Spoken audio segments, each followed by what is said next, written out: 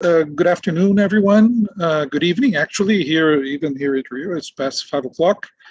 Um, Good night to Sophie, who's in London. Sophie Harman is in London. It's 9 o'clock over there. And hello to everyone. Welcome to this second roundtable of the 2021 IPS Winter School. We're very happy to have all of you here. This is the second of a series of 3 roundtables.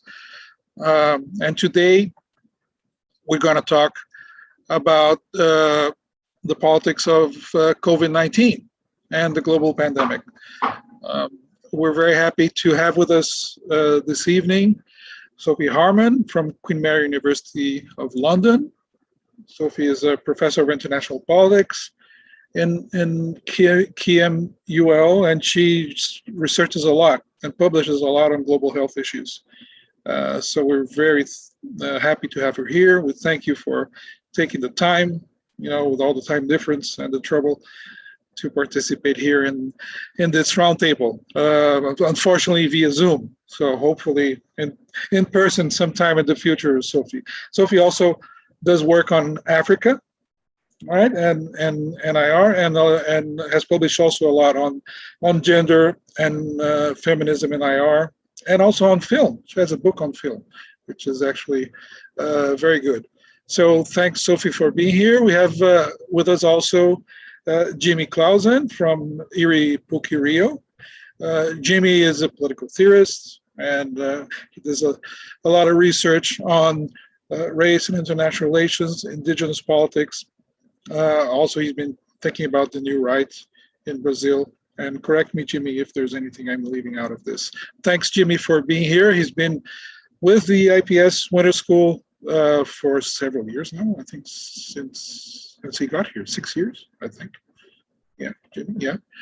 And he's actually part of the collective that works with the Winter School. So, guys, let me just, give you an idea of what we ask our panelists to talk about tonight.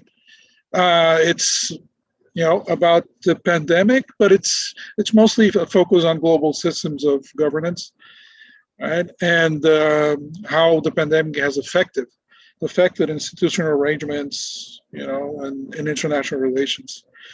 So we also like to discuss the emergence of certain forms of nationalism and particularism and discriminations in the context of public health policies, and how geopolitics has come in, crept in also in vaccine production and distribution, but also about inequality, right?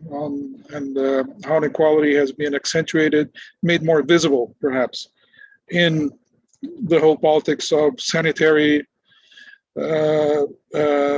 isolation, mobility, distribution of vaccines, access to public health, and of course the politics of death, right, of death and dying, which is a big topic here in Brazil. So there's also interesting things going on in what we call the role of experts, which is an important topic of research in IPS. The role of expert science, and in this case, surely medical science, public health field, and so forth. So that's become a political topic, right? It's always been, but it's become very publicly an issue of contention in political discourse these days.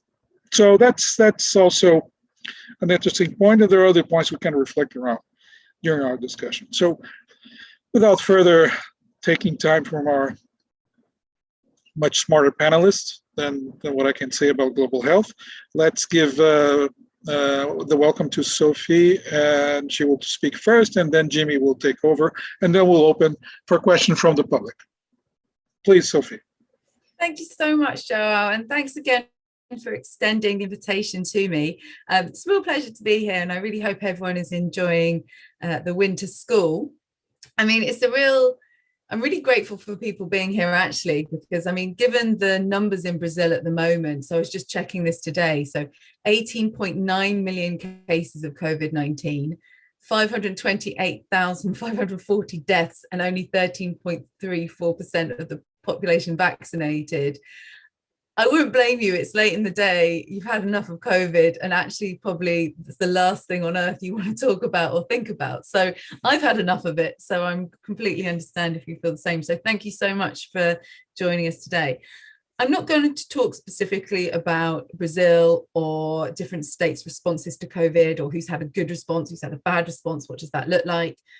Partially because that's quite distasteful, I think, and no state has actually responded well to the pandemic in an effective way. But we can absolutely unpack that in the Q&A if that is something that you're interested in. It's such a broad topic. I could take lots of different elements, but I wanted to keep to the kind of brief on this and think about IPS, of course, and the implications of COVID-19 for how we understand international relations, drawing on some of the previous things that we know about from global health. So instead, I just want to focus really on three areas. The first of which is how COVID-19 and global health challenges our understanding of security, particularly the medicalization of security. I then want to think about global inequalities. And then I'm going to finish off with reflecting about how this plays into institutional reform, multilateralism, and global governance. And so the three will sort of interconnect in a certain way. So the first issue is that of security. So since 2000, global health has been extremely interested in this idea of health security or securitization of health. And this has really divided global health. Some people think that security is a real opportunity to get wider attention for key issues in global health, such as HIV and AIDS, or Ebola, or Zika, or the really big infectious diseases. That's obviously come at a cost, because what you see then is a complete dereliction towards what we call horizontal issues, such as health system strengthening, basic universal health coverage, in which you don't see the security frameworks being as effectively applied. Because they're not infectious, they don't spread. Powerful states in the world are not really worried about what's happening in the health system in Brazil, as long as it's not controlling infectious diseases.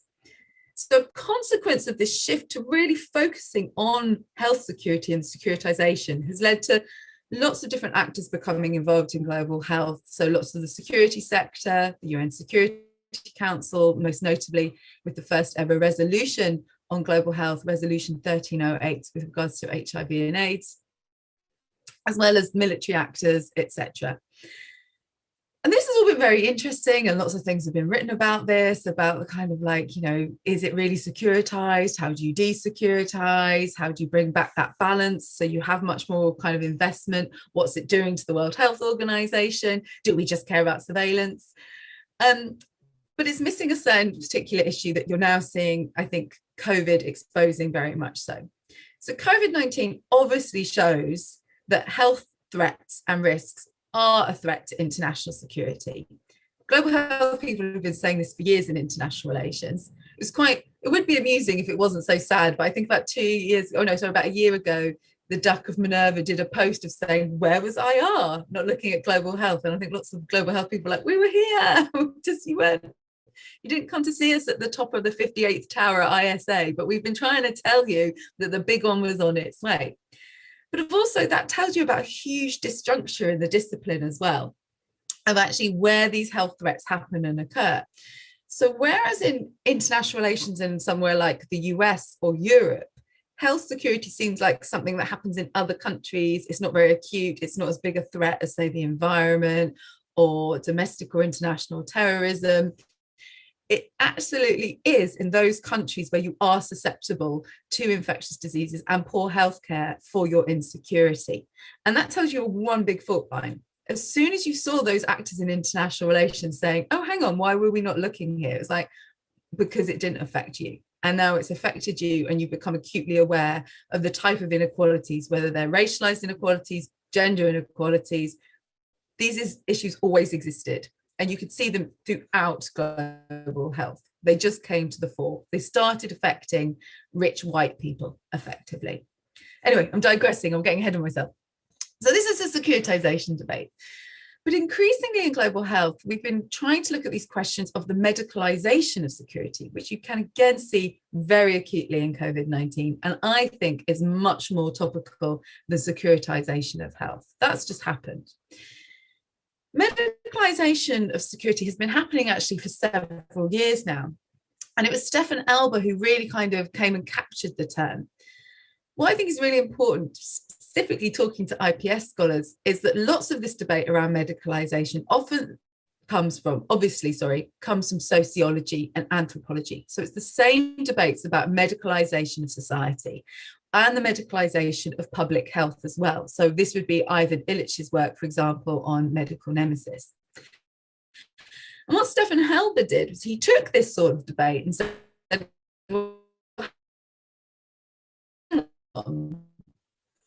instead of talking about the actors on security, this is medicalization that's happening. We see that insecurity in world politics becomes a medical problem. This leads to a greater role of medical professionals in world politics and security strategizing. And to secure populations and respond to threats, you need to have medical interventions. And now sitting here in London in the UK, this is basically what's happened in the domestic response to COVID-19. You see this being framed as a medical health problem. It's not even a public health problem. It's very much medicalized. The wider impacts, so the social, economic and political impacts, are completely sidelined as secondary concerns, if that. And you see the rising prominence of experts, scientists around decision-making. And now that is obviously a good thing because you want to have that kind of expertise, but there are absolute implications for that and the types of checks and balances that are afforded to that type of power. In the way that if a scientist says we're going to shut down society-ish, because you can never really shut down the whole of society, or order something like a lockdown, that happens without going through, say, domestic parliaments, in the way that you would never see a military have an intervention unless it was a coup without going through domestic parliaments. Now, this is a problem because if you raise this kind of argument, you're appealing very specific narrative around the popes, and we shouldn't really then hate scientists. But the fact that that is automatically where people go to. Oh, sorry, João, is that a? Oh, no. It's breaking up a little bit, so Sophie. Sorry. We go straight. Oh, is that better? Okay, I think. Have you got me? Okay, yeah, I got sorry you. about that. So okay, cool. you were saying about the intervention of medical experts in lockdowns and lack of control. Yes. And a lack of control. So if you make those sort of arguments, the problem is that then sometimes that speaks to a certain right-wing narrative that is problematic and therefore we should counter it. Whereas the space for debate in that respect kind of very much shrinks, which is an issue. Finally, as well as the role of medical professionals in COVID-19, you see most of the response is around medicalization science. The main tool that we have are vaccines and genomic sequencing of new variants. And I think this is particularly important because what it does is medicalization of security in this way creates vaccines as assets. They are assets that certain states have and certain states do not have, which perpetuates inequalities of who can secure whose populations, where and how. And this is really important, not just because of COVID-19. We saw these sort of trends already happening around issues of antimicrobial resistance, and that's really what Stefan Elber writes on. But COVID-19 has accentuated this. You can see with those states that have had successful vaccine development, really seeing this as the future of both their economies and their positions as a security asset. It's like having a kind of nuclear weapon. If you have a vaccine, you have one of the biggest assets in global security. So this then lets me turn to my second point, which is really about global inequality and the North and the South. And this really comes down to who has access to vaccines and how that's so important. So as you know, vaccines that have been administered around the world, less than 1% has gone to low-income countries. This is hugely problematic if we're going to be aware that that idiom of no one's safe until we're all safe is actually true. Unless you vaccinate the world, you're never going to outpace new variants, and COVID-19 is never going to go away. You're going to be stuck in that trap. Now, states such as the US will acknowledge this, states as the UK will acknowledge this, but nothing really is being done about it. So it's a real own goal in terms of trying to end COVID-19 in this respect. The current methods of vaccinating the world are wholly inadequate. So the main strategy has been through this institution called COVAX. So COVAX is a funding facility of the Gavi Alliance, which has been a long-standing institution based in Geneva that is meant to stimulate investment in the development of new vaccines, as well as getting old vaccines into countries that need them. Now, COVAX at the start was touted as this great success of saying, look, everyone's going to pay in, we're going to try and get some vaccines, and then all countries that pay in will be guaranteed 20%, doses for 20% of their population. Those that could pay in will be allowed to have more than 20%. Those who could not afford to pay in because they were poorer countries would still get this 20% that would be funded from ODA funding, so development assistance. This was all well and good until, of course, other states then decided to game the system and do their own bilateral deals with pharmaceutical companies, and that when actually a vaccine was produced, and not just one, but several, this is when you saw this mass vaccine buying and sort of vaccine nationalism, which has led to this situation where you have kind of, some people call it vaccine apartheid, vaccine injustice, vaccine inequity. Now, throughout all this, the one question you have is everyone saying, well, the problem is COVAX. If we just made COVAX work, it would be great. But COVAX was never going to work. It's a charitable model. It rests on charity. It rests on richer states giving poorer states vaccines or giving money for vaccines, and not even enough vaccines. So it was never going to work.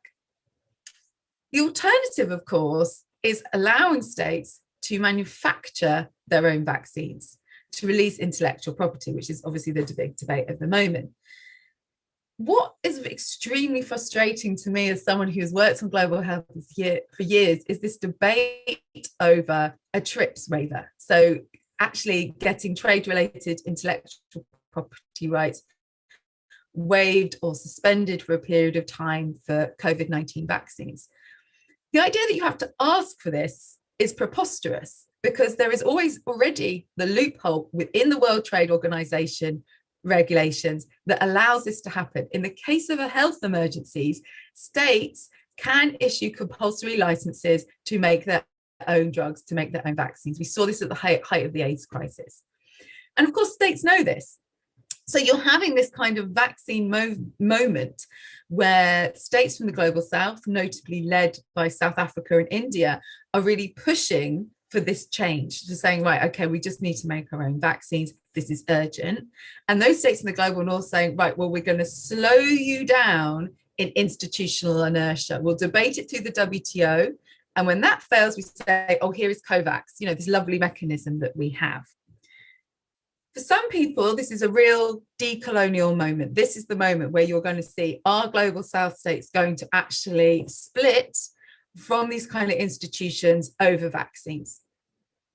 I would suggest not. If you're somewhere like India, you're playing both sides as a kind of vaccine producer and someone who wants to manufacture your own vaccine. And it's, I think, a little bit more knotty and complicated than that. But where it is interesting is how this is spilling over into international institutions, which comes to my third point. So the future of global health and international organizations more broadly. And sorry, I realize I'm probably going way over time, so I'll be quicker on this one. Okay, no worries. So the big question I think lots of people ask is, will COVID-19 rupture this kind of faith in international organizations, or particularly the future of the World Health Organization? So over the history of outbreaks, or what we call public health emergencies of international concern, the WHO always is criticized. It's always done something wrong.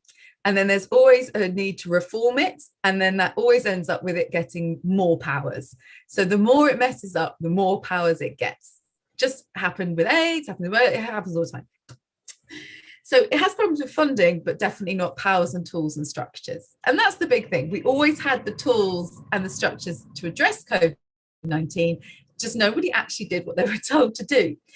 So under the International Health Regulations 2005, there are clear mechanisms about what to happen when you have an outbreak. You report it in a timely fashion, you let the WHO investigate it, states implement basic public health issues such as track and trace and isolate and support, and also you keep your borders open.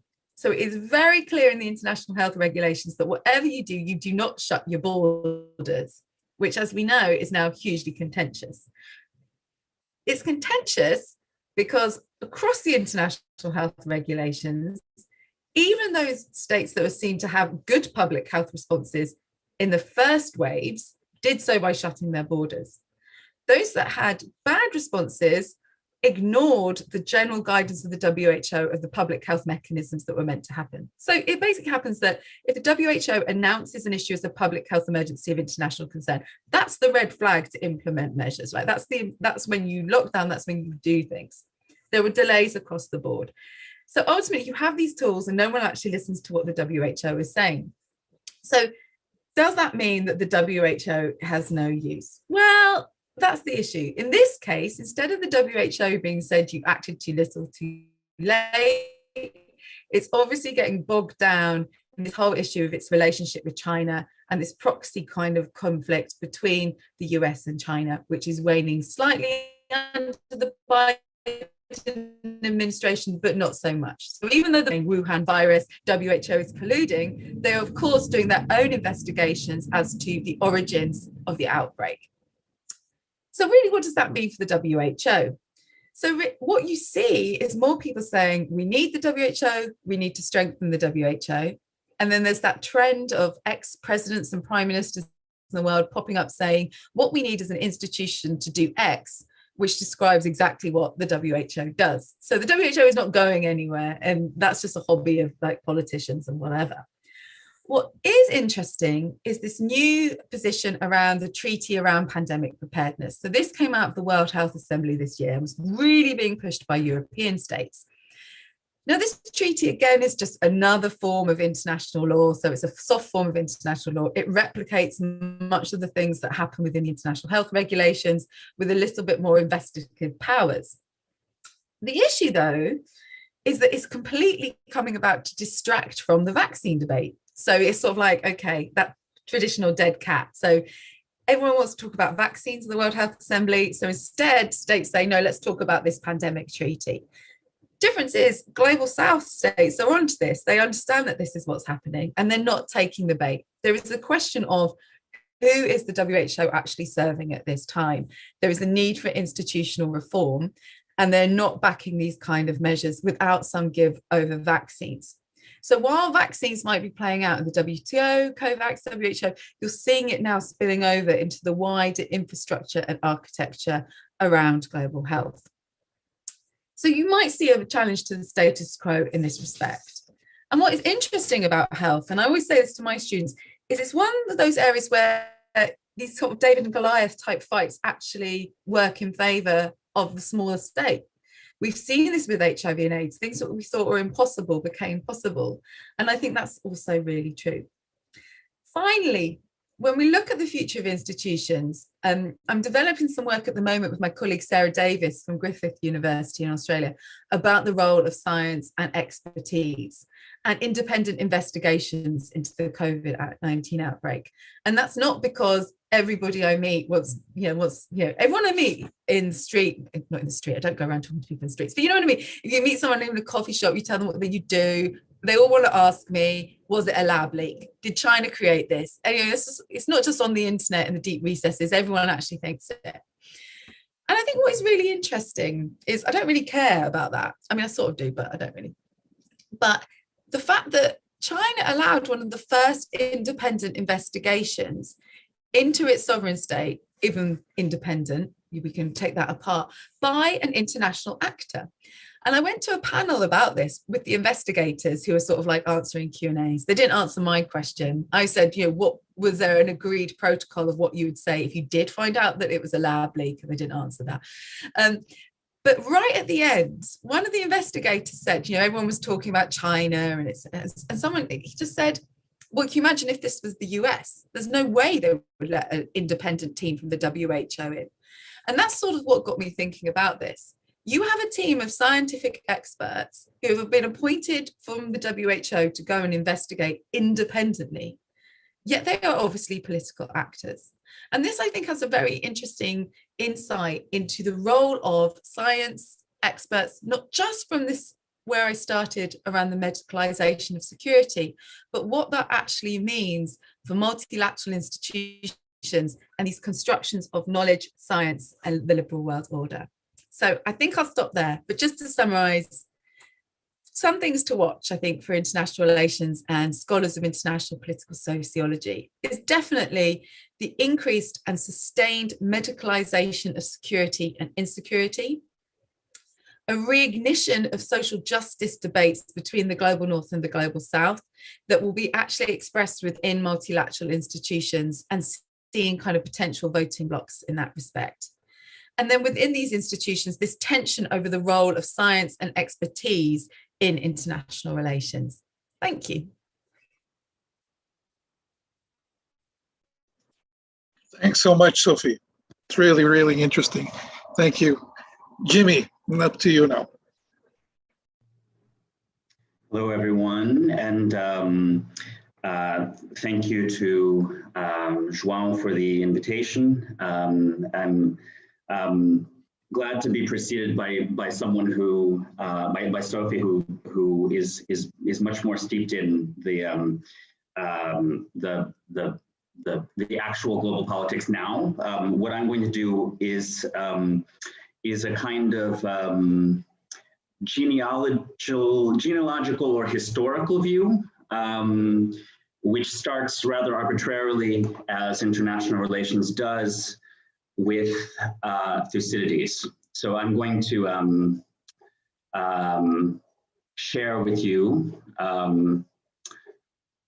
oops, actually it should go before this. There we go. Okay, so I want to start with a contrast between a passage from the section of the history of the Peloponnesian War on the plague at Athens, with a text from Mesoamerica in the 17th century. And I want to set up a contrast here in terms of two rather drastic situations of quasi-social collapse because of disease. So Thucydides, I don't know exactly what you have to read in the history of the Peloponnesian War in your survey classes, probably only the Melian dialogue. But in any case, the section on the plague at Athens is very interesting. And so here's an excerpt from that section. Quote, "Some died in neglect, some in spite of every possible care being taken of them. Those with naturally strong constitutions were no better able than the weak to resist the disease, which carried away all alike." Pause here. So what Thucydides is doing here is he's setting this up as a democratic disease. It's a disease that affects the strong and the weak, those who die in neglect, and those who are being well taken care of. But one thing that I don't know, one thing I've never thought about before is whether the Greek word for strong and weak here is the same word that's used in the Melian dialogue in the famous sentence about where the Athenian diplomat says that the strong can do what they want, etc. But anyway, back to the quotation. The most terrible thing of all was the despair into which people fell when they realized that they had caught the plague, for they would immediately adopt an attitude of utter hopelessness, and by giving in this way would lose their powers of resistance. Seeing how quick and abrupt were the changes of fortune which came to the rich who suddenly died, and to those who had previously been penniless but now inherited their wealth, people resolved to spend their money quickly and to spend it on pleasure, since money and life alike seemed equally ephemeral, end quote. Contrast this now with a text from Mesoamerica, Francisco Hernandez Arana Shagila, the Annals of the Caciques from 1571, quote, Great was the stench of the dead. After our fathers and grandfathers succumbed, half of the people fled to the fields. The dogs and vultures devoured the bodies. The mortality was terrible. Your grandfathers died, and with them died the son of the king and his brothers and kinsmen. So it was that we became orphans, O my sons. So we became when we were young. All of us were thus, we were born to die. End quote. So obviously we have two texts here that express despair at disease mortality. Both mention the moral cultural devastation that individual and mass death caused. In the second case, it was a question of indigenous genocide. However, one of the things I want to set up here, and here's an image from the Florentine Codex around the time of the Mesoamerican Chronicle, the Mesoamerican Annals of Caciques, that shows people dying from smallpox. So one of the things I want to set up in this contrast is a distinction between the world and the globe, because I want to also make an argument about the globalization of the world. So the world is the known world, and this phrase I want to suggest is always understood retrospectively, because known is what marks the term known is what marks the limits between the known and the unknown. But such inside-outside limits are only knowable retrospectively. But in any case, the Thucydides is suggesting that the origin of the disease was in Ethiopia, in Upper Egypt. So he's basically, and it reached all the way to the Persian Empire. So he's basically describing the world as the Greeks knew it. Compared to this, the indigenous genocide from smallpox and other diseases that are associated with the so-called Columbian exchange, these were actually the beginning of a truly global understanding of disease transfer. Some of the indigenous peoples understood it, understood in some way that the disease was connected to European contact, that it was connected to European conquest, and that they had a variety of responses to this. And I'll end my talk with one of those responses. So if it's from the Europeans, if they understood it as coming from the Europeans, then why is this a question of the globe rather than the world? And here's where maybe my talk becomes a little strange. I'm going to talk about the division of the world between Spain and Portugal, and then the fact that between 1580 and 1640, they were joined when the Portuguese crown fell under Spain. This was the so-called dynastic, the moment of dynastic unity. So why is this important? The Treaty of Tordesillas, as everyone knows, divided the world between between Spain and Portugal. But what we're describing here actually are our circuits, our oceanic circuits. And so to Portugal was given the Southern Atlantic and the Indian Ocean, all the way to Macau, as we know. To Spain was given the Caribbean to the North Atlantic, as well as the Pacific Ocean. What happens when the two crowns are joined is that these outposts then become linked. So we actually have, for the first time in this period, the creation of these truly global circuits. So now the Portuguese and the Spanish oceanic circuits are actually linked, so that it's possible for trade to occur from Manila to Acapulco to Peru, through Brazil all the way to the Atlantic and Lisbon and Seville, but also diseases can be transferred. Now disease transfer no longer happens in slower waves across territorial passage, but now can occur over these oceanic circuits that are now linked from the Pacific to the Indian to the Atlantic Oceans. So these circuits are linked, and more regularly were they linked during this dynastic union of Spain and Portugal. And so what we see here are economic circuits transferring into disease circuits, from the globalization of the economy to the globalization of the world and the globalization of bodies and populations.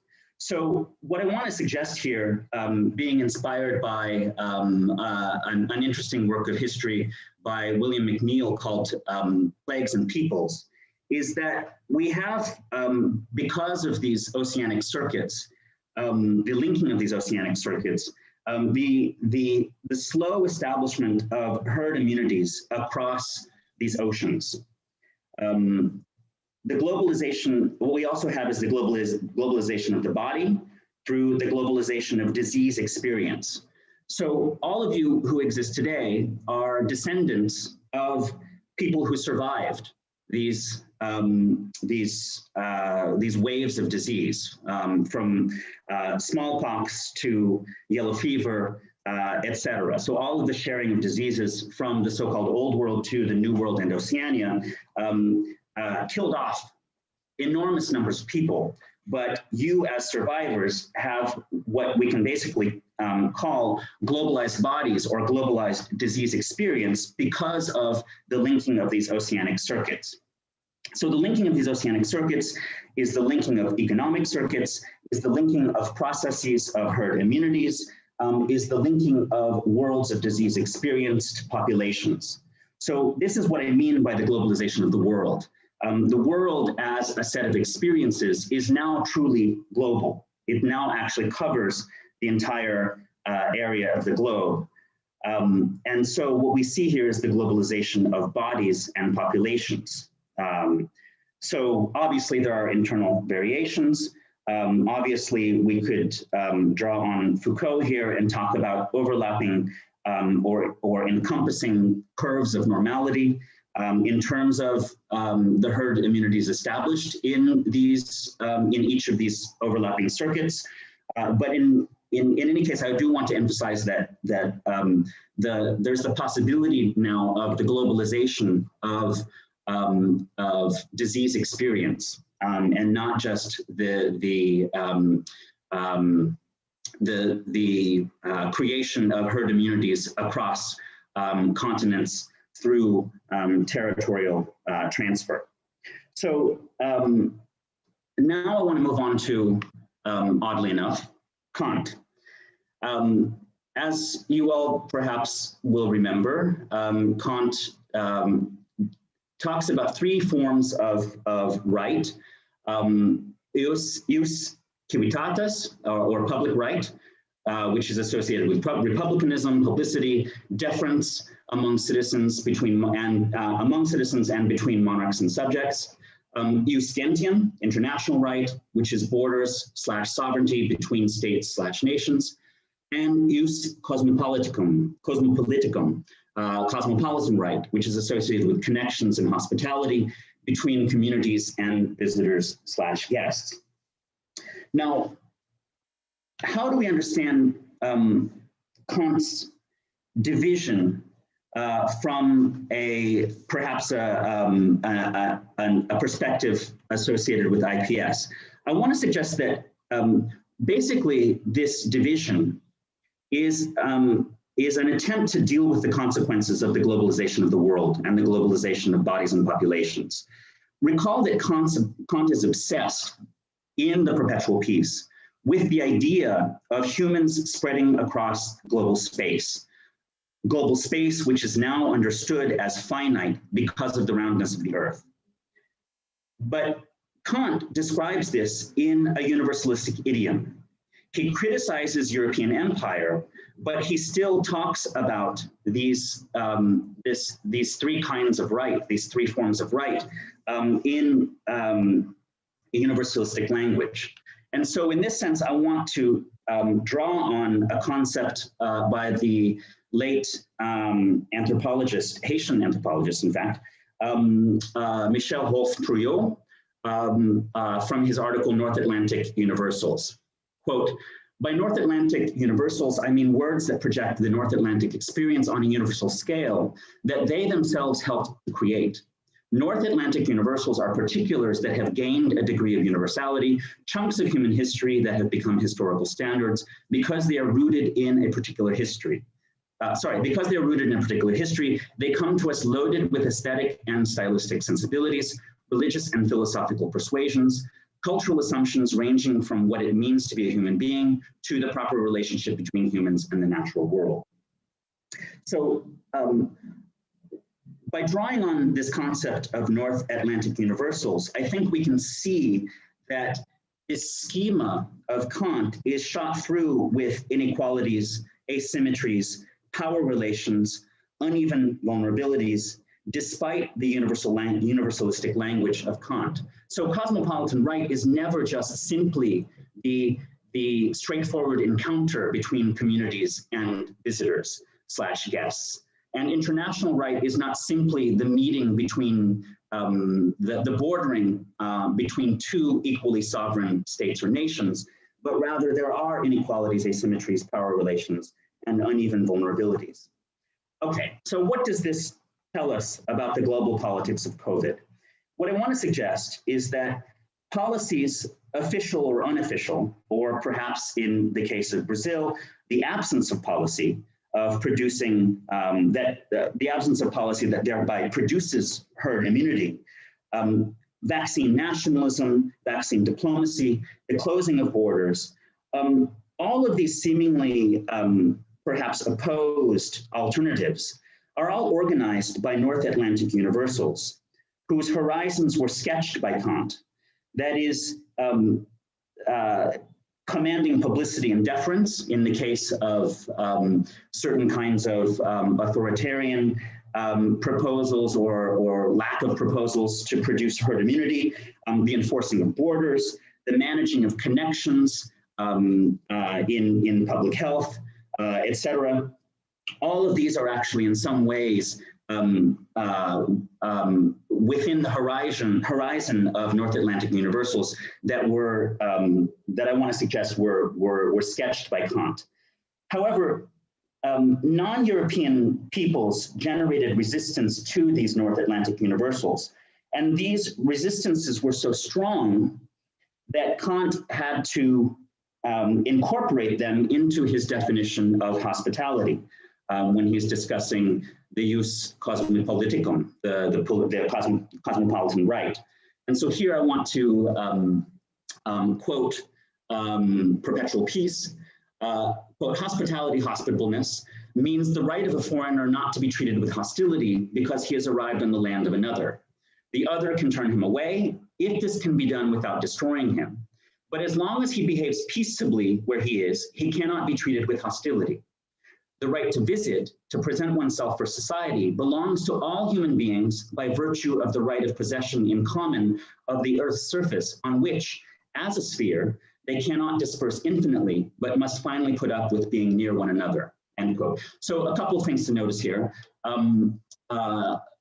First of all, if this can be done without destroying him, note that the burden of the question of the burden of mortality is on the guest, on this visitor, and not on the potential host community.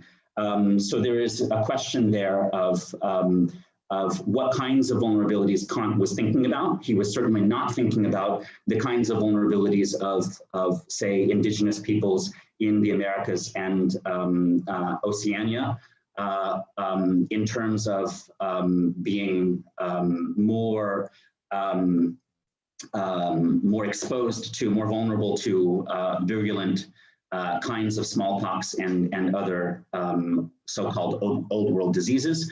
Second, I think, as I mentioned, Kant here shows how interested he is in the idea of the Earth as a sphere. So he's thinking in global terms rather than simply in terms of a world of cultural experience, a world of nearby societies. So I think this, in some sense, shows that he's already thinking about the consequences of globality for world making. But in any case, as those of you who've read The Perpetual Peace may remember, Kant is also interested in precisely this possibility of turning away, right? So the other can turn him away if this can be done without destroying him. And he uses the example of Japan and China, who which are societies that rejected European outsiders, or at least tried to manage their access. So what I want to end with is the idea that one possibility for thinking about ways to respond to global pandemics, such as COVID, is to look at look at ways of managing separateness, because the history of the conquest of the Americas and the oceanic world is replete with instances of separatisms, of indigenous peoples fleeing from disease, aware in some way without any kind of biomedical understanding, aware in some way that contact is equivalent to contagion, and that contact is also equivalent to conquest and violence. And so we can think, we can actually think in a non-North Atlantic universal way by looking at some of these examples of these historical examples of ways to manage separation, ways to manage separateness, instead of ways to manage connection or ways to manage bordering and sovereignty. So I think I'll just leave it at that. Stop my sharing, and I look forward to your impressions in our discussion.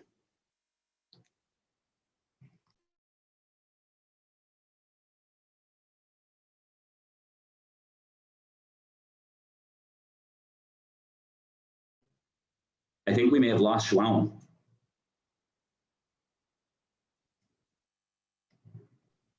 Jeff is waving something.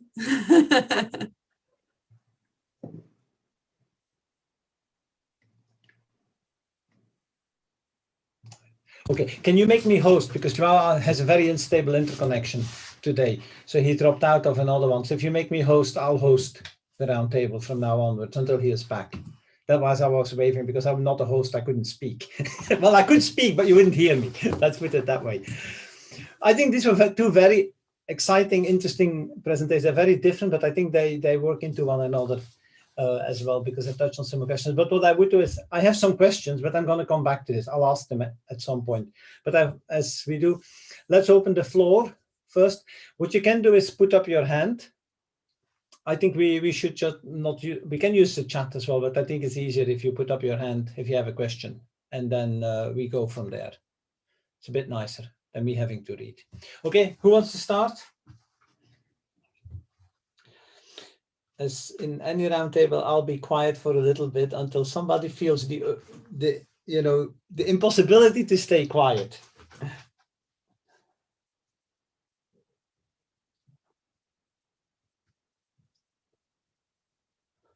Wow, very disciplined quietness. It's Paulino? It's good seeing you. Hi, good to see you too, Jeff. Thank you so much for your presentations. I'm usually happy with the silence, but I had this question I wanted to make. So this is a very broad and lay question, so I apologize beforehand, and if there's nothing to be said, just there's nothing to be said. But I was wondering if you could speak something about Cuba here.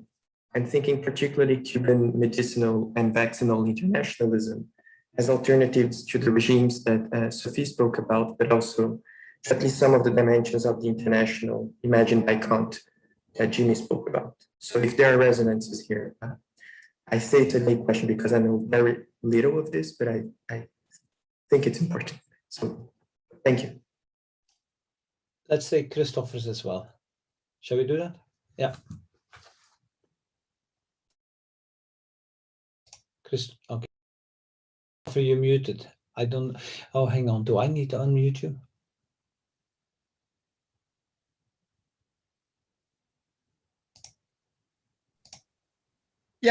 Yeah, okay, thanks. All right. Yes. So let me see if I can remember my question now. Oh yes, so my question was to Jimmy. About how is there a risk here in terms of thinking this separateness and indigeneity, because we know, right, that right-wing European, like white supremacists movements have actually also appropriated the whole the discourse of indigeneity in some cases. Is there a risk of this of such similar arguments being appropriated by extreme right movements? I hope that's, yeah. Okay. Shall we take these two while we wait for questions? And I'll ask my next round as well. Sophie? Sure, thank you. So yeah, thanks so much, Polinio, for raising the question of Cuba, which I think is really important. Two reasons. Firstly, obviously, because Cuba exports medics during health emergencies. We know this during the Ebola outbreak. We've known this in sort of lots of different contexts. And that's part of Cuban internationalism, as say foreign policy. But what's obviously extremely exciting in this context is that Cuba has a vaccine, and Cuba has developed a vaccine, and I think it's in second stage trials as well, that could be an opportunity for South-to-South learning in this respect. Because I know obviously China also has a vaccine, Sinovac, but without going into it too difficult, you have a bit of an issue where you have access to vaccines, and then the problem of vaccine hesitancy as well in certain contexts, and populations labeling vaccines from certain countries as better than others. So that's classically, you know, the problems around the AstraZeneca vaccine and also the Sinovac vaccine that, you know, okay, why are we getting it? So lots of people in African countries, for example, would say we're not that keen about AstraZeneca because why are they giving us AstraZeneca for free? It's sort of like, if it's for free, it can't be that good. So that's a slight divergence. But when we start to think about these issues, it's not just as straightforward as saying we're going to have vaccine manufacturing. It's then if populations actually say, I trust my country to manufacture a vaccine and take it as well. So it's even more complex, which, I mean, vaccine hesitancy is like my sort of side project that I like to read about and sort of think about, and then one day might do something. There's a lot of folktale sort of work on that. Anyway, I digress. And I know Christopher's question was for Jimmy, but I think it's a really interesting one about how in health crises, right-wing governments take some of these arguments. And I think that's a real problem that we've got at the moment in the gendered impact of COVID-19. So I've been working with lots of women around the world in setting up the Gender and COVID-19 working group and trying to flag these issues right at the start of the pandemic, that this is going to be a crisis for how the more that you do that, that is going to be actually hijacked to protect women, allow women to have these kind of roles within the home. What's the problem is you're asking them to do too much. And you can already see that kind of narrative coming out when people concentrate on the domestic violence aspect of the gendered impact rather than some of the wider impacts in terms of women's economic independence and political participation as well. So yeah, thanks. I think they were two excellent questions. Jimmy? So I'll start with the Cuba question. I think that I would think about it in terms of a kind of, insofar as it's a question of giving, although, you know, there's a question of Cuban medical internationalism and compensation, of course, for the doctors. But insofar as it's kind of giving, I would think about it in terms of Kant's cosmopolitanism and hospitality, and suggest that there are ways in which, even though it is an attempt to intervene within highly unequal global distributions of health, medical access, etc. There is precisely a question of the kinds of North Atlantic universals within Cuban medicalism as diplomacy, right? So I think that there's certainly an attempt to intervene within the power differentials, sovereign power differentials, but it's within the rules of the game, right? And those rules of the game have not, you know, I'm not saying that Kant is right about everything, but he did at least sketch some ways of thinking about the kind of horizon within which these you know, we're operating.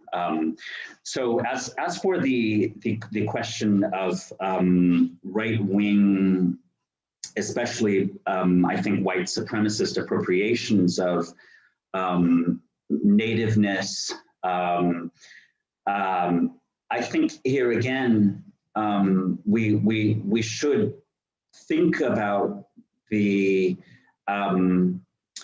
power differentials at work.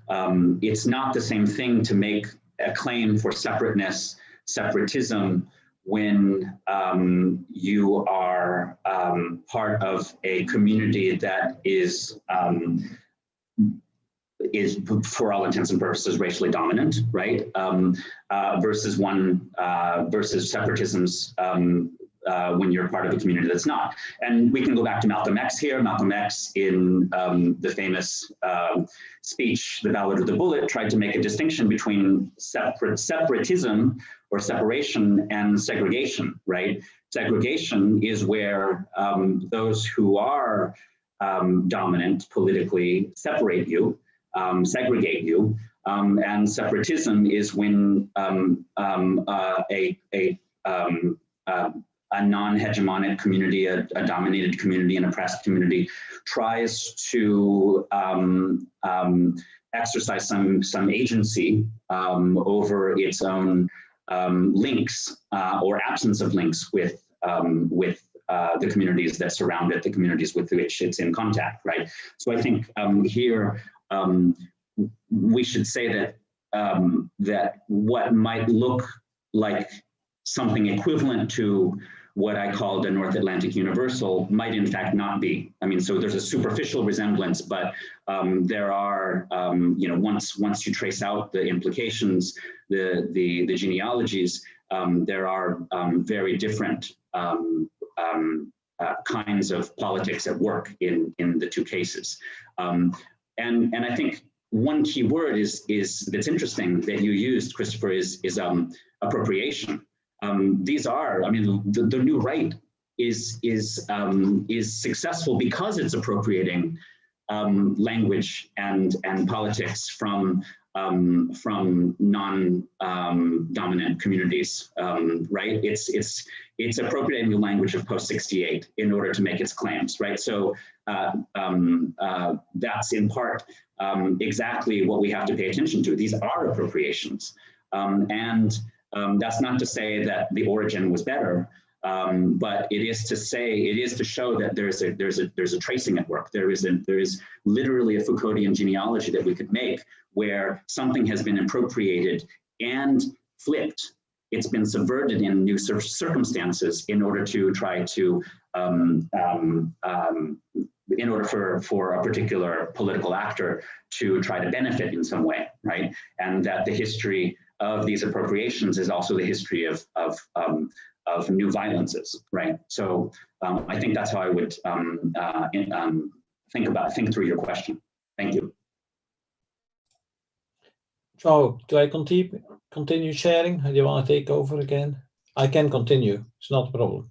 I can't continue as far as my internet allows me. And I want to apologize to Sophie and Jimmy. It's been unstable here. I was kicked out of the session suddenly. So I'll take over and give the floor to Jeff, who has his hand raised. Yes, then I can ask a question, which is good. I don't have to keep an eye on the hands on this side. So thanks both for this question. Sophie, I've got two questions for you. One is, I found I don't know much about this, right? So when you said that the WHO has explicitly in its guidance not to close borders. Now, one question I had was, what's the reasoning for this?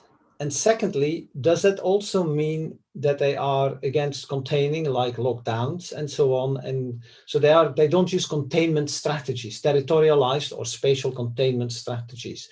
Does that run all the way through, or is it just international borders that they want not to close? So that's my first set of questions, because that kept me interested in about, how there is this element where the points are about that border closure is not the response to be had. If things move around, which they clearly do in the pandemic. The second question I had was about the expertise and the medicalization of security. Now, again, I'm going to speak from the bits and pieces I read in the newspaper locally. And again, it will be interesting to see how they play out in the big multilateral institutions, which is say that the medical responses are done.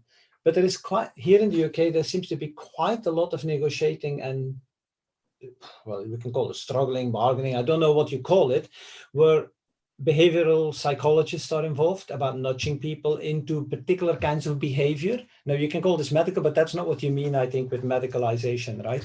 It's more the medical virologist profession, I guess, of experts and so on.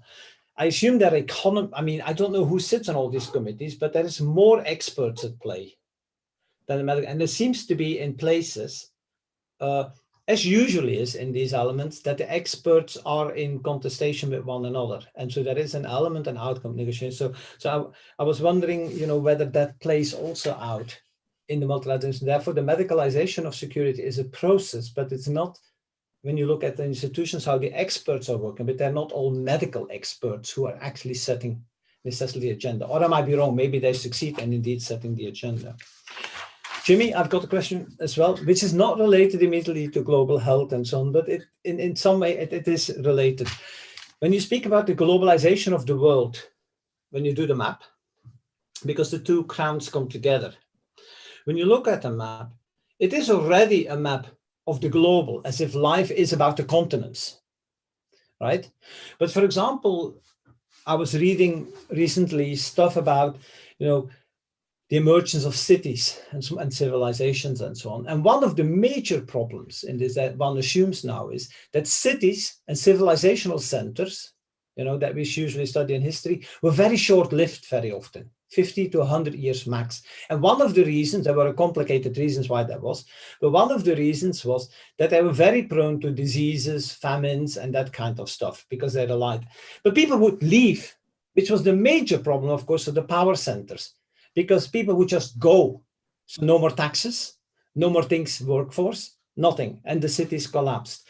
The reason why I'm saying that is that when you look at the map, the globalizing of the world functions to the trade routes, right? But in all these places, there were actually many people living not in the city. So it is still a history of the global around city centers or administrative centers that could be held. And so a lot of people might move out, they might collapse, move into other areas and so on. So you have a different way of looking at them. And diseases played a role in actually how people moved in and out and so on in this. So I wanted to see, whether you're not already globalizing the world by the way you look at the world at that point in time. It raises interesting questions to today about movement in relation to the disease, about, are people moving out and can they move out? But of course, the condition today is very different in terms of population densities and so on that are available. But you see small bits of this still, housing markets in the rural area the house prices go up. There's a big fear about people leaving the city and so on as a result. So there are still elements, and it's a different history and a different way, I think, of looking maybe at these issues. Okay, that's my questions. Thanks, Jeff. Let's see if there's any more questions. Luisa, please.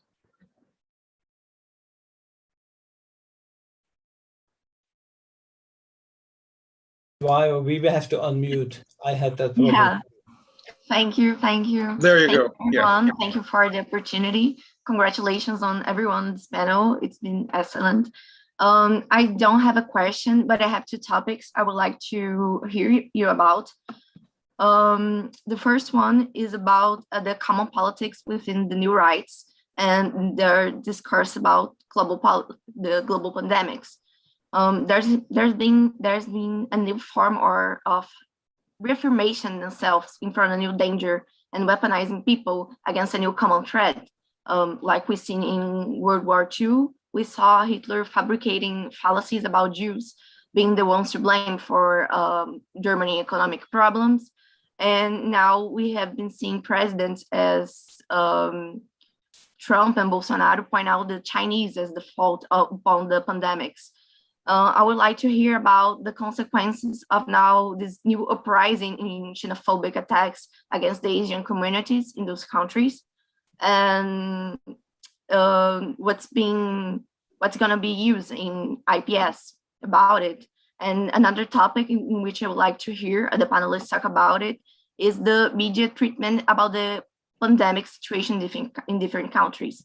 I've read about how Senegal has been succeeding in controlling the pandemics in their boundaries, but I read about it in small media vehicles, not very big ones.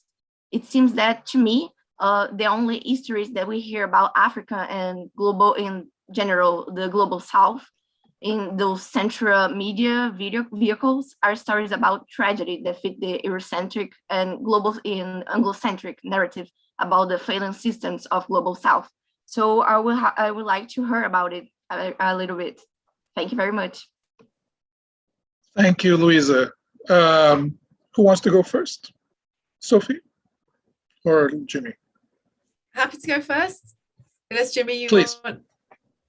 Go, please. Cool. Thank you. There's some really excellent questions. So to start with Jeff. Yeah, so borders. So the WHO is explicit within the International Health Regulations of 2005 that you keep your borders open because by the time in which the virus is, by the time in which you shut the borders, it's probably too late and the virus has already spread from its country of origin and you don't know where it's gone. The second reason is that if you shut the borders, that disincentivizes states to report outbreaks because they think that if you report an outbreak and people shut the borders, that's going to affect trade. And the impact on trade and global economies is actually explicitly mentioned in the international health regulations. They're not even trying to pretend that this is around economic interests. It explicitly is. But it is also about this issue of reporting. They want states to report. This was the big problem with SARS in China in 2000, I always get my dates wrong, 2003-04, is that you had a lack of reporting because they were worried about the consequences for international trade. The other reason you keep them open is because in the past, you don't want to stop supplies getting into the country. So if you have an outbreak, you want to have medical supplies coming into the country, you want personnel to be able to come into the country to help with the response as well. And then finally, the other issue is around discrimination and penalising about people around borders and bordering practices and how in certain regimes that's just a reason to discriminate further. But your point is very interesting because it's international borders. They don't get involved in kind of internal domestic borders. So that is definitely, they would see that as the responsibility of states. They do obviously suggest that quarantines, periods of isolation are all part of the kind of public health offering that you might do. But I think it would be very rare if the WHO would say this is the position that we take on lockdowns. And I think that's a very interesting question, because they're so forthright on this open border issue globally, but then domestically, you don't see that so much. And also there's this emerging trend now that lots of people in global health think that the WHO and those regulations are absolutely pointless, because look at what happened in New Zealand, look what happened in Australia. But of course, then look what's happening now in New Zealand, look what's happening now in Australia about opening up again. So, I mean, it's hugely contentious. I think what's interesting for me is we've known that this is the WHO's rules on borders for years, and lots of people who work on borders are suddenly discovering this. And what was also interesting is when this happened at the start of the pandemic, and pandemics are terrifying. I'm not pretending otherwise. But, my Twitter feed was full of people that I thought were real defenders of human rights saying, lock us down, shut the borders. And I can remember just thinking, God, I've been at conferences with you people. There are consequences of lockdowns and bordering. But when it came to like their health and well-being, they were like, shut it down, shut it down. Anyway, I digress. On to your other point. Oh, now this is hugely contentious, the negotiations between the scientists. So the straightforward answer is that obviously you want a diversity of experts that have expertise in particular sectors that are relevant to them. And you've got lots of different issues going on. So you've got different scientists from the same discipline arguing about the same thing, but there tends to be unity over kind of common things, such as face masks, this ridiculousness around herd immunity. The problem is you have experts talking about issues they're not experts in. So there is a tension. So this is people that actually get quite public profiles that are professors, but talk about something that they're not a professor in. And this is actually something that I've been really concerned about for a long time in the pandemic, because it's not that these people might not have opinions that are well meant and actually I might agree with, but it also then feeds this anti-scientist rhetoric when someone can say, well, why is Sophie Harman talking about epidemiology? She's a professor of international relations. She makes films. What does she know? And that's a bit of a part of the problem, that you have the behavioral psychologists, but behavioral psychologists might talk about something on virology. And that is actually when you get the tension. The thing is, I think with global health, is if you talk to any scientist, they'll always say, you don't know anything at the start of the pandemic. You should never fight the last war. You should never fight the last pandemic. There are lessons you can learn, but the population, the country, the world, doesn't want to hear that the scientists don't know. And you don't know. And so you're doing as much as you can to try and amass knowledge around some of these issues.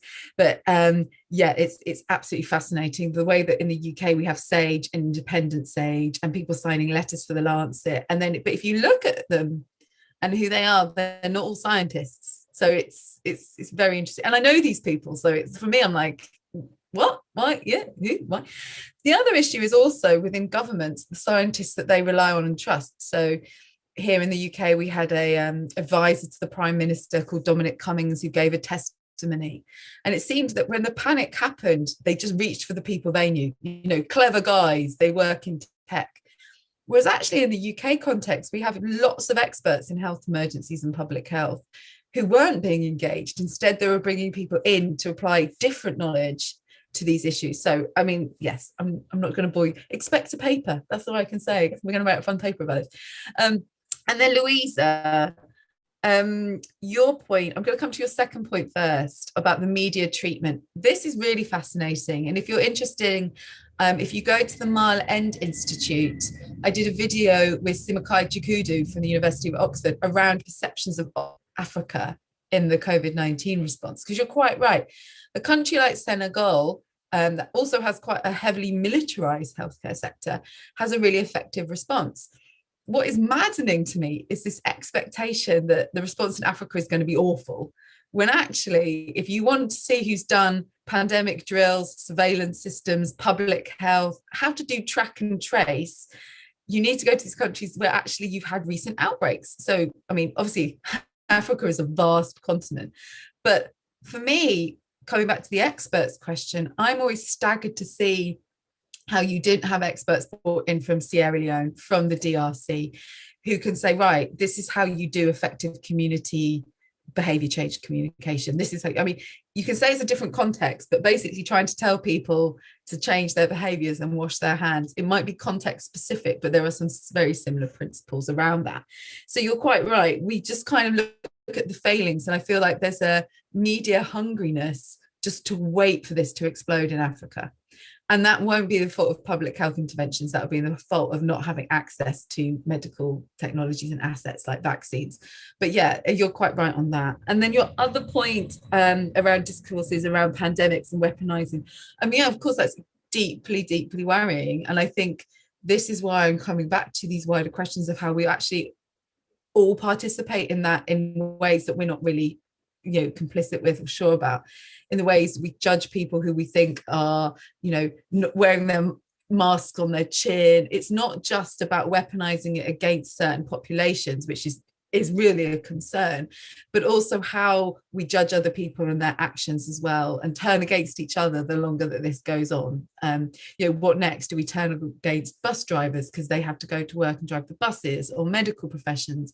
And I think that is a really dangerous thing with a pandemic, is kind of this lack of empathy and understanding as well. But absolutely, the concerns around the threats towards China is huge. And I'll just finish. When COVID became a public health emergency of international concern, I was actually in Sierra Leone at the time, doing some research around, you know, 5 years after Ebola, what we learned and things like that. And I remember talking to someone in the airport when I was leaving, and they were just saying, oh, look at the Chinese, the Chinese and their viruses. And I was like, hang on a second. Like 5 years ago, people were stigmatizing West Africans for eating bushmeat for causing Ebola. And now you're doing the same thing about China. And my point is, everybody does it. But your point is important, because that's the guy who's working at the airport in baggage security. You're talking about presidents that have absolute real consequences for their actions. But I think we also have to look at what we do as well. But thank you. Great questions. Jimmy? Yeah. Okay, so first, starting with Jeff's question about whether I'm already kind of pre-globalizing the world in trying to think through these questions. The thing about disease transfer, and this is actually related to what Sophie was saying about WHO's language about borders, is that the transfer of diseases it can occur whether communities are very well linked, very well connected, or not, right? I mean, so in some ways, it's glancing contact is enough to spread a disease. You don't actually need sustained links, right? And so I think what we saw with COVID, for example, is that in the beginning of COVID is that it was very quickly spread through some of the international airport hubs, right? Via these hubs, rather. So I think so. What's interesting about your question is that I think that even without those oceanic circuits necessarily being well connected, intensely connected through strong transfers, through strong links, it's still possible to transfer a disease from Manila to Acapulco, to Peru, to the Rio de la Plata, to Brazil, back to Europe, right? Because of the possibility of glancing contacts. And what's interesting about the history of disease, of smallpox genocide in the history of the Americas, is that it was precisely indigenous peoples who were fleeing population centers, who were spreading the disease into the interior before Europeans even reached there, right? So you don't need direct contact with the European. to spread smallpox into the interior of Brazil, into the interior of North America. What you need is one contact with one outsider, a neighboring tribe, et cetera, to spread these diseases. So when I was suggesting, when I was saying that the world was becoming globalized in this moment, that doesn't mean that you have intense contact between all peoples across the globe, but the possibility of glancing contact and the spread of disease through these oceanic circuits, I think, is what's interesting. And I think I would think about this and I've been thinking about this a lot because I've been trying to think through from a Wittgensteinian perspective, the difference between globe and world. And I think that I think you can make an argument for the globalization of populations who are not well linked into the circuits of contemporary globalization, right? So obviously there are peoples, rural peoples in the interior of certain states of Brazil who don't have contact with tourists, who don't have contact with foreigners, but who nonetheless are subsumed to globalization, right? In a Marxist sense, there's that distinction between real and formal subsumption, right? So they don't really have to be subsumed, but they can be formally subsumed. And so I'm thinking in terms of the formal subsumption of various peoples in the world to a kind of globalizing herd immunity, right? Obviously, this is not something that happens in a smooth way. There are going to be vulnerabilities that are asymmetric, of course. But what I do want to suggest is that we are in some sense the survivors. We're the descendants of survivors of herd immunity, of the transfer of smallpox from the old world to the new world. And so in some ways, I'm trying to think through particularly this set of questions in terms of that kind of globalization, the globalization of what the historian William McNeill called disease experience. The globalization of disease experience happened through these circuits, these oceanic circuits, but now, of course, are happening through air travel rather than ocean travel. As for the question of xenophobia, one thing that, I'm not trying to suggest that Kant somehow had the answer to everything, but by no means am I suggesting that. But let's think about what hospitality means. It means the possibility of a love for the foreigner, the reception of the foreigner, right? And what's the opposite of hospitality, understood as xenophilia? It's xenophobia, right? So what these new right politics of global pandemic responses are, these kind of rejection of the foreigner, is I think a form of reactionary politics that wants to suggest precisely the history of the globalization of the world that has happened over the past several centuries, right? Xenophobia is, right-wing white supremacist xenophobia is in some ways the reflex and the reaction to the cosmopolitan, right? And so thinking about the rejection of precisely the politics that have developed around cosmopolitanism. That's why these people are called anti-globalists, right? And that's why they're associated with a certain kind of rejection of what many of us more mainstream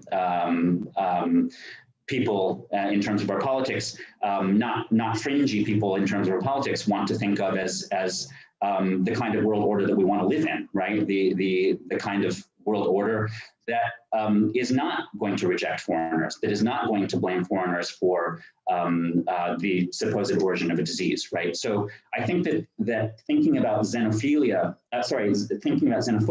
as a kind of reflex to a hospitality politics is something that's worth thinking through, and what that Kantian hospitality politics suggests about the relationship between communities of reception and visitors, right? And possibly moving from visitors to citizens, right? So I think certainly this is a big question, and it's just a flip side of the kind of hospitality politics that you know, we would consider more acceptable. But you know, that hospitality politics itself is a kind of Eurocentric politics, right? It's not just simply some kind of floating universalism, but in fact is a North Atlantic universalism, even though it might seem like a better response than white supremacy, right? Thanks, Jimmy. Thanks, Sophie. We are open to more questions. Fernando, please.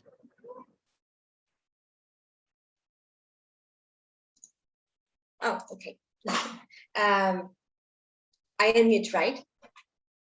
Okay. We can hear you, yes. Okay, great. I think first of all, thank you, Sophie, and thank you, Jimmy, for the considerations. And I do think that it's very important to talk about the reality we live in, even though most of us are fed up to listen about the COVID, especially here in Brazil.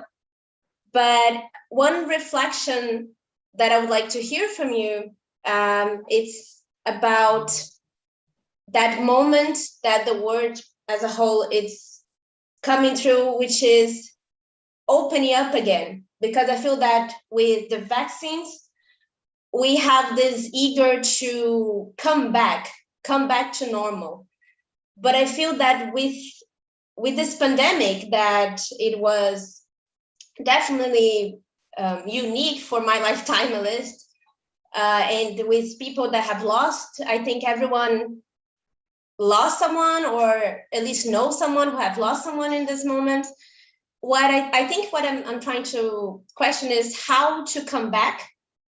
Should we come back to normal? What it would mean to come back to normal now, because I know that's what everyone wants, but do we really want to come back to the same reality that we left behind when the pandemic started? And, you know, just sort of like, what are the things that we should be focused on and reflecting on now that we are sort of going back? Because I think that there are lessons to be learned. I don't really know which lessons would be, but I would like to, you know, reflect a little bit more with you. Thank you. Thank you, Fernanda, for your question. We can collect more.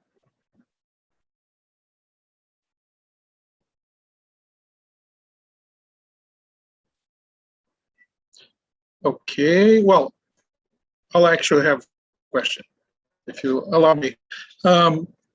Sophie, I'm really curious to hear you say, perhaps if you can, say a bit more about what's happening to the different fields of experts globally.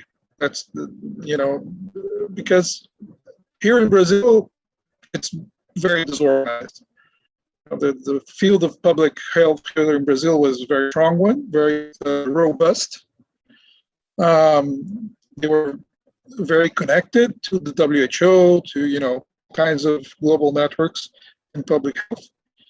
And what happened in the pandemic is a strong offensive from government to try to disorganize the field and to remove them from the Ministry of Health and populate the Ministry of Health with the military, right? And that, of course, that led to an administrative breakup in the ministry, right? And all kinds of nightmares about vaccine procurement, policy making, you know, and all kinds of problems within the health policy making apparatus in Brazil, which, as you know, is very robust since the times of HIV, the World Bank program here. I mean, this was really strong institution and the home of the public health scientists, communities, policymakers. So all these people suddenly went to the news, to the press, and tried to give expert advice, and the society, everybody wanted to have these experts to be heard, right? And of course, the disorganization of the field contributed to the politicization, right, of the whole, response, and the questioning of science, right? What was legitimate knowledge, what was true, what was false. As you know, what's going on here in Brazil, that vaccines turn people into alligators, and all these crazy stuff became just it's normal circulating things. So in Brazil, it's very interesting because these people were able to disorganize a very, very strong field of experts here in politics. So, and it's interesting because you were talking about the medicalization of security in the UK, and there it seems experts retained, at least some experts. And then it's interesting that you talk about experts from different fields or subfields, right? And there was a competition, but I think it was a competition or a struggle within the field of public health. I'm not sure if you can say anything about that. But here it was actually an offensive from outside the field, bringing in, all kinds of different people to intervene in public health. So, and this is very typical of the right wing. I think in the US you have similar things Trump did, right? Perhaps in a lesser degree. But here, what I mean is here everybody wants the experts to rule on lockouts, right? And on all kinds of harsher measures regarding society. And it's interesting that you said in the UK it's more or less, contentious whether the experts can do that. So my question is, how do you make sense of these different reactions to the rule of experts? And here in Brazil, a lot of people are reflecting on the decline of the rule of experts, the fall of the rule of experts, and if you think that's a trend, and how do you see that globally? I mean, has that really been disorganized globally? Because you say the WHO, will retain a lot of its power, but a lot of its power is based on rule of experts, right? So sorry, it's a bit confusing what I'm saying. I don't understand this very much. I'm just saying from what I'm seeing here in Brazil, and it was very evident here. And I think it's an interesting case, the Brazilian case, in that sense. So yeah, and to Jimmy, I love that you brought Thucydides up, really. Not many people talk about Thucydides these days. The plague, it's a wonderful passage in the Peloponnesian War. Pericles succumbed right to the plague, as I know. And it's interesting that you, based on your examples, not just from Greece, but also from Kant and the Spanish colonialism and so forth. I want to understand whether you're articulating some kind of politics of separateness, and if you could talk a bit more what a politics of separateness would be, as opposed to, this North Atlantic cosmopolitanism. And I know it's a political theory approach, but if you can speculate about, how you came about this in the context of the pandemic. Yeah, I just wanted to hear more about your thoughts on separateness, which I find interesting. Sorry, guys, I spoke too much. I think was it Veronica who wanted to make a question? Okay.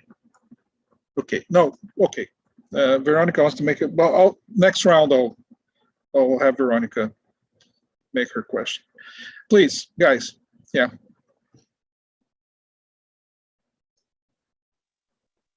Sophie, do you want to go first, or? No. Why don't you go, Jimmy, first? Yeah. I can start. Fernanda, thank you for your question. The question of opening up again and going back to normal. As someone who's such a committed Foucauldian, someone who reads a lot of Foucault, especially by way of queer theory, normal becomes a very vexed concept.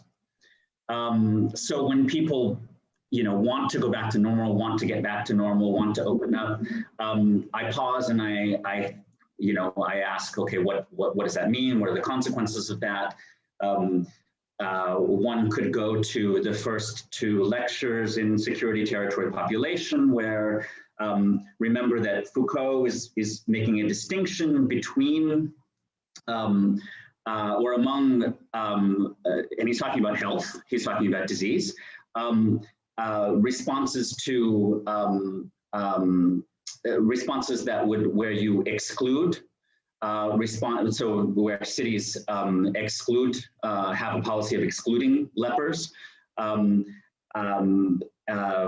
A second one which is based on quarantine. So during the plague, where cities actually develop a way of trying to keep people isolated and keep them tracked, right? And then a third one, which is based on sciences of the normal and a number of overlapping curves of normality. And so the term normal makes me think of Foucault. It makes me think of those overlapping curves of normality. And I think, so to get back to the question of opening up again, I think this is precisely our moment to maybe try to imagine different ways of inhabiting an opening up, right? And maybe not be so quick to go back to the normal or what used to be normal, right? Obviously, we want no longer to have to be on, looking at each other on screens, but that doesn't preclude the possibility of changing the way that we participate in and enact sociabilities in the future. So I think what we want is getting back to sociability in person, and maybe not getting back to the normal, right? And thinking about the different kinds of sociability, the different limits on sociability, rather than trying to inhabit some understanding of what was normal, or re-inhabit something that we thought of as normal. So I think that's how I would react to your question. I mean, we all want to be able to open back up, right? But I think that doesn't necessarily entail going back to something called normal life. And I think, if anything, pandemics have been forced opportunities for human populations, human communities to think about the ways that they've inhabited sociability and the ways that they can inhabit it differently. As for the question from João, I don't even have to speculate, because this is actually, my remarks today were very much based on my research, continuing research on the politics of so-called uncontacted tribes.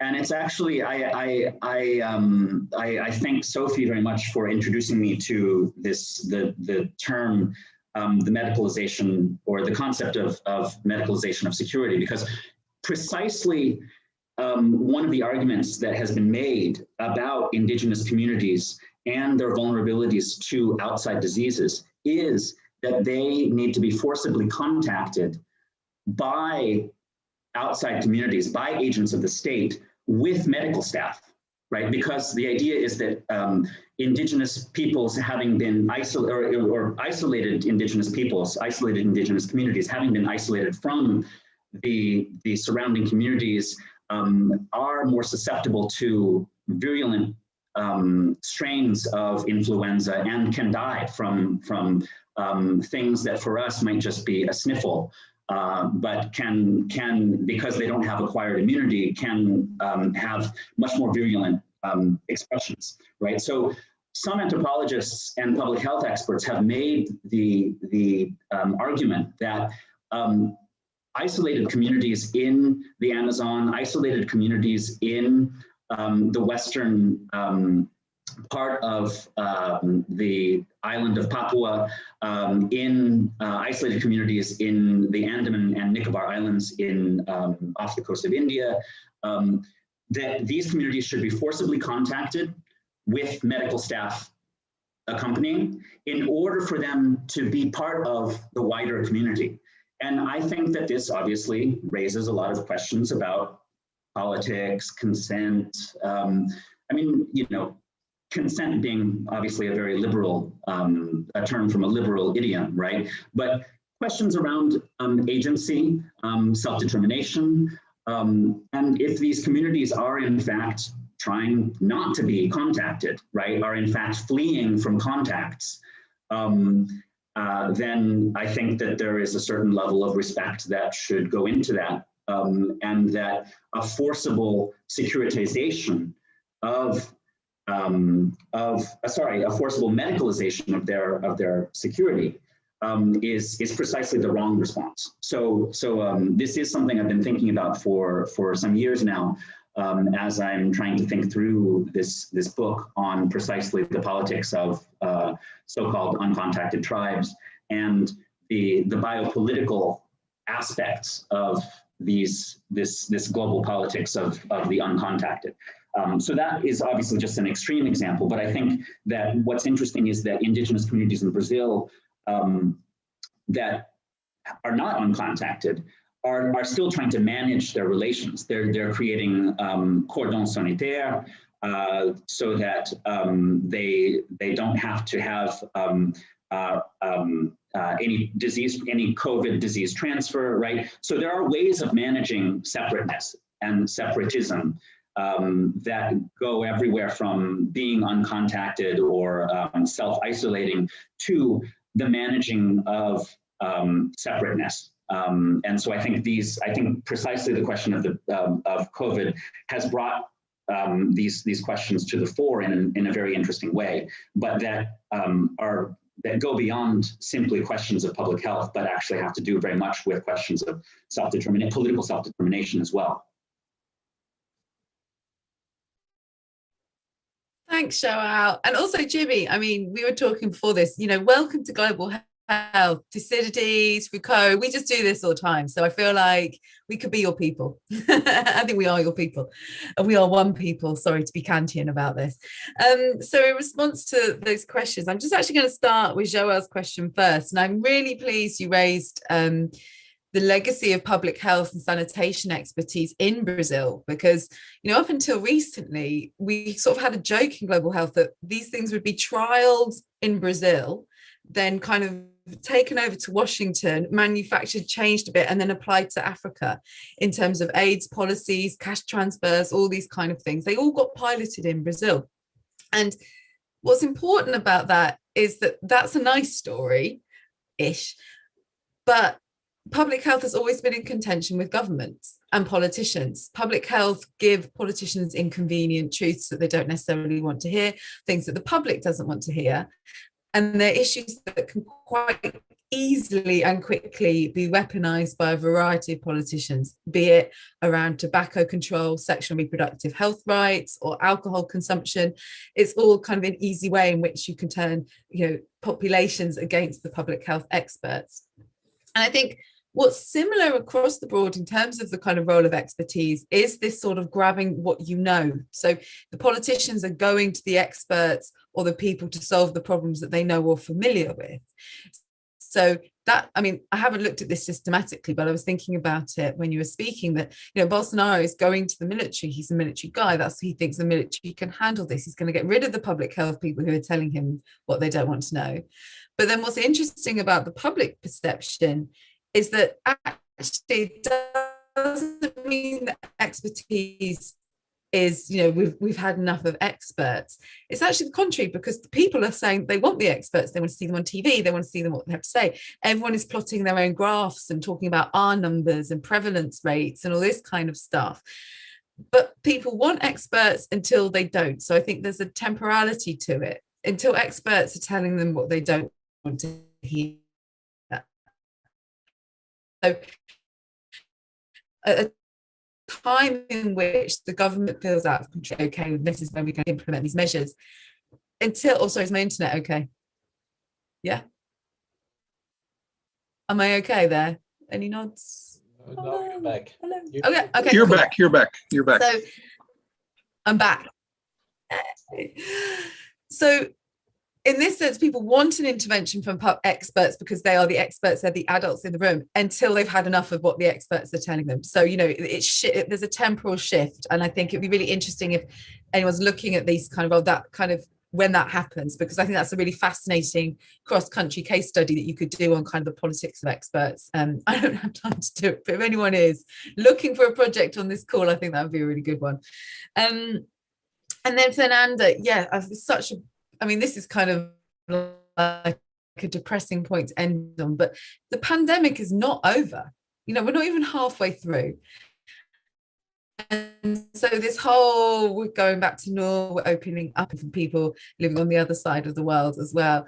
It's totally not at the end. So this idea that, you know, everything's going to go back to normal is just ridiculous, because someone's got to pay for this.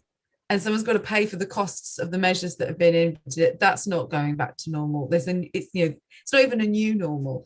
And I think this is going to be both in international relations. So seeing some of the themes that I was talking about these relationships between the global north and south around questions of equity and justice, but also nationally, how we relate to experts in society, our governments, and the power of what governments can and can't do, and how they can and actually can't work as well. I think are going to have some interesting questions. And then just personally, you know, I'm about to take 5 weeks leave because I've got to remember what a normal working day looks like and what a normal workload looks like. So I haven't even worked it out. I don't know how we're going to go back to normal.